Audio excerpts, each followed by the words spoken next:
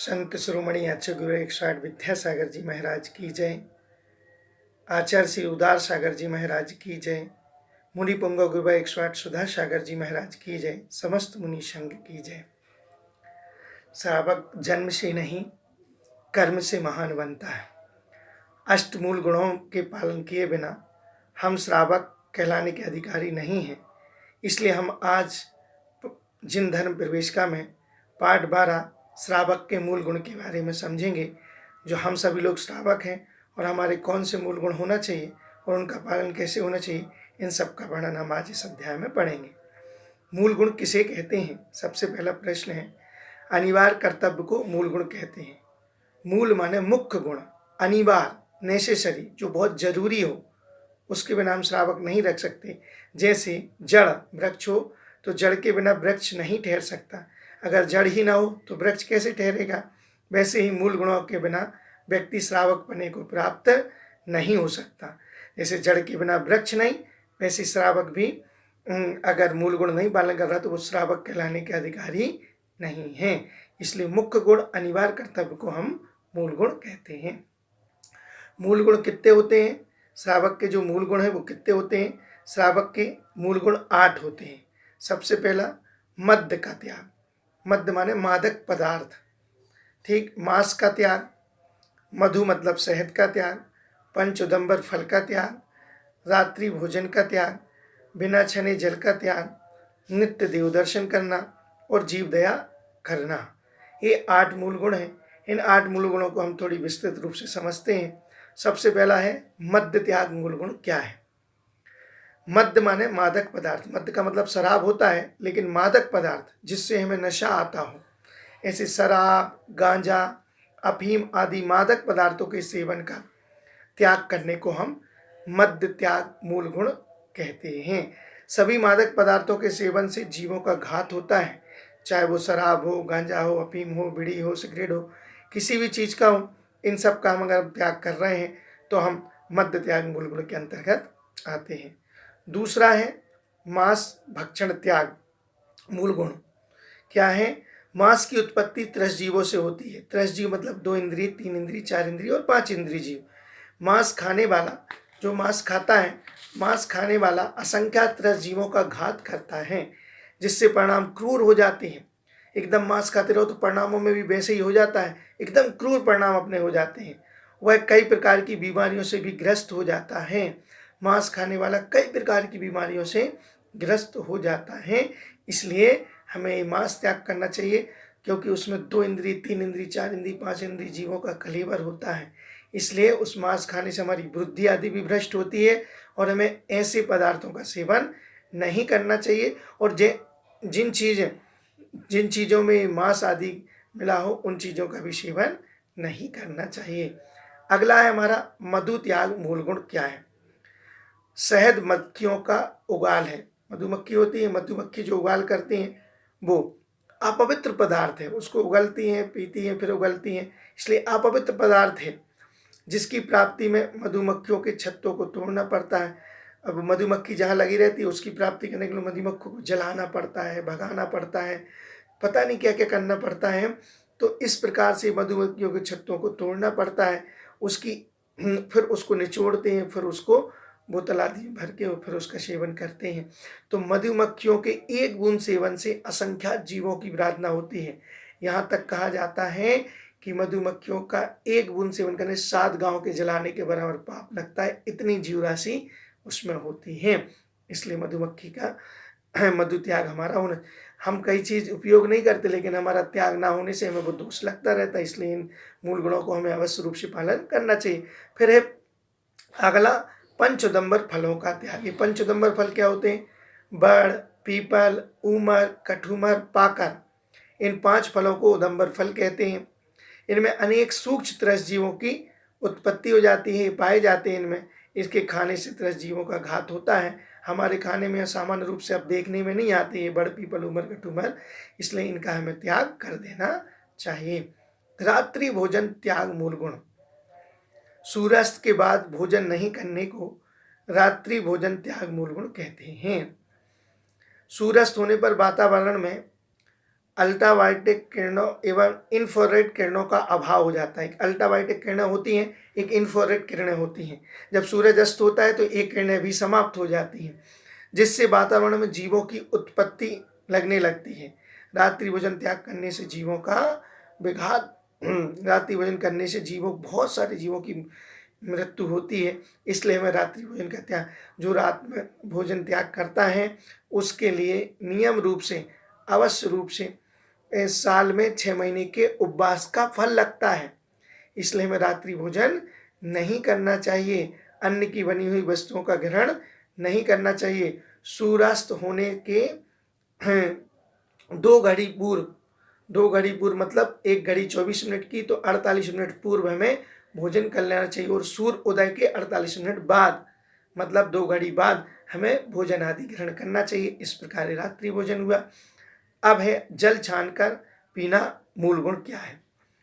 जैन दर्शन के अनुसार जल की एक बूंद में असंख्यात जीव होते हैं। जैन दर्शन बोलता है असंख्यात जीव होते हैं। वैज्ञानिक ने बिना छने जल की एक बूंद में 36,450 36,450 त्रस जीव बताए हैं। 2 इंद्रिय से लेकर 5 इंद्रिय त्रस जीव बताए हैं। अभी स्थावर जीवों की तो बात ही नहीं है। त्रस जीव इतने सूक्ष्मदर्शी से उन्होंने देख लिए हैं। इसलिए पानी को स्वच्छ सफेद कपड़े से छानकर पानी पीना चाहिए। छने हुए पानी में 48 मिनट के बाद पुनः फिर त्रस जीव। छने हुए पानी की मर्यादा कितनी? 48 मिनट। अगर 48 मिनट के बाद हम फिर उसको पीते हैं, एक बार बोतल में भर दिया, एक बार फिल्टर में भर दिया, एक बार कहीं भी भर दिया और पीते जा रहे हैं, नहीं, 48 मिनट वो पुनः ज्यों का त्यों हो गया, जैसा अनछना था वैसा ही। इसलिए 48 में त्रस जीव उत्पन्न प्रारंभ। छने हुए पानी की मर्यादा बढ़ाने के लिए पानी गर्म कर लेना चाहिए। पानी का रंग स्वाद बदल कर भी मर्यादा बढ़ाई जा सकती है। पानी को लौंग या सौंफ वगैरह डाल दो तो उसकी 48 मिनट की मर्यादा 6 घंटे आदि की हो जाती है। पानी सफ़ेद कपड़े के छन्नी से ही छानना चाहिए। प्लास्टिक की छन्नी से जल छानकर जीवानी विवेक पूर्वक उसी कुएं में नहीं भेज सकते हम। इसलिए हमें जल हमेशा सफ़ेद कपड़े से छानकर दोहरी मोटी छन्नी से, जिससे सूर्य की किरणें ना दिखें, ऐसे जल से छानकर और उसको हमें बिलछानी यथास्थान पहुँच, जहाँ से पानी लाया गया जीवानी उसी कुएं में डालना है। दूसरे कुएं पानी में बहा देने में महान दोष लगता है। इसलिए हमें पानी को सबसे पहले पानी छान लें और छानने के बाद उसको कुनकुना कर लें तो थोड़ा और तेज़ गर्म कर लें तो 12 घंटे, और अगर हम उसको उबाल लेते हैं तो फिर 24 घंटे की मर्यादा हो या उसमें लौंग या सौंफ आदि से उसका रंग बदल जाए। इतना, ऐसा नहीं एक गुंड पानी में केवल एक लौंग डाल दी, नहीं, उसका कलर चेंज हो जाना चाहिए। तो 6 घंटे की मर्यादा उसकी हो जाती है। अब लिखा यदि कहीं कुआं ना हो तो पानी की जीवानी का हम क्या करें। प्रश्न हो सकता है, कुआं नहीं है तो हम पानी तो छान रहे हैं लेकिन उसकी जीवानी का हम क्या करें। आचार्य सिंह ने एक श्रावक से पूछा, हमारे नगर में कुआं नहीं है, हम क्या करें। आचार्य सिंह ने कहा, पानी को घी और दूध की तरह उपयोग करो। कितनी अच्छी बात। पानी को जैसे घी का जितनी चाहिए उतनी ही मर्यादा, दूध की तरह उपयोग, दूध भी जितना चाहिए उतना ही उपयोग करते हैं, उस तरह उपयोग करो। यदि पानी का यदि टंकी का हो तो जीवानी उसी टंकी में पहुंचाए। पानी अगर किसी टंकी का है तो जीवानी को भी उसी टंकी में पहुंचा देना चाहिए। इस प्रकार सबसे ज़्यादा अगर पापों को हम उपार्जित करते हैं तो हम पानी के माध्यम से ही करते हैं। कितना पानी नहाने में, धोने में, इधर अनछने में, पीने में, पता नहीं कहाँ कहाँ उपयोग करते हैं। इसलिए हमें पानी को अच्छी तरह से उपयोग करना चाहिए और जितना कम उपयोग हो नहाने में उतना। अरे हमारे घर में तो बोर है, कुआं है तो चालू कर दी, नल तो बह रहा है पानी, नहीं, ऐसा नहीं करना चाहिए। हमें विवेक पूर्वक कम से कम पानी उपयोग, क्योंकि हम जीवों की राशि की सबसे ज़्यादा विराधना पानी आदि के माध्यम से करते हैं तो हमें उससे बचना चाहिए। अब अगला, देव दर्शन करना मूल गुण क्या है।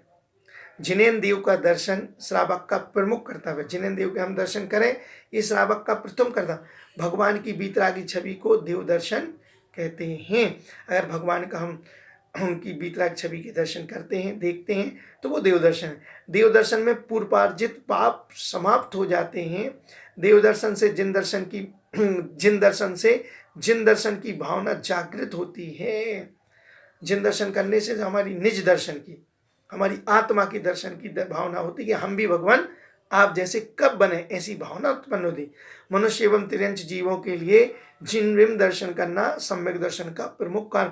मनुष्य और तिर्यंचों के लिए अगर हम जिनेन्द्र भगवान के दर्शन करते रहे तो पता नहीं हमको कब सम्यक दर्शन उत्पन्न हो जाए। इस प्रकार से वो जिन दर्शन करने का प्रमुख कारण कहा जाता है।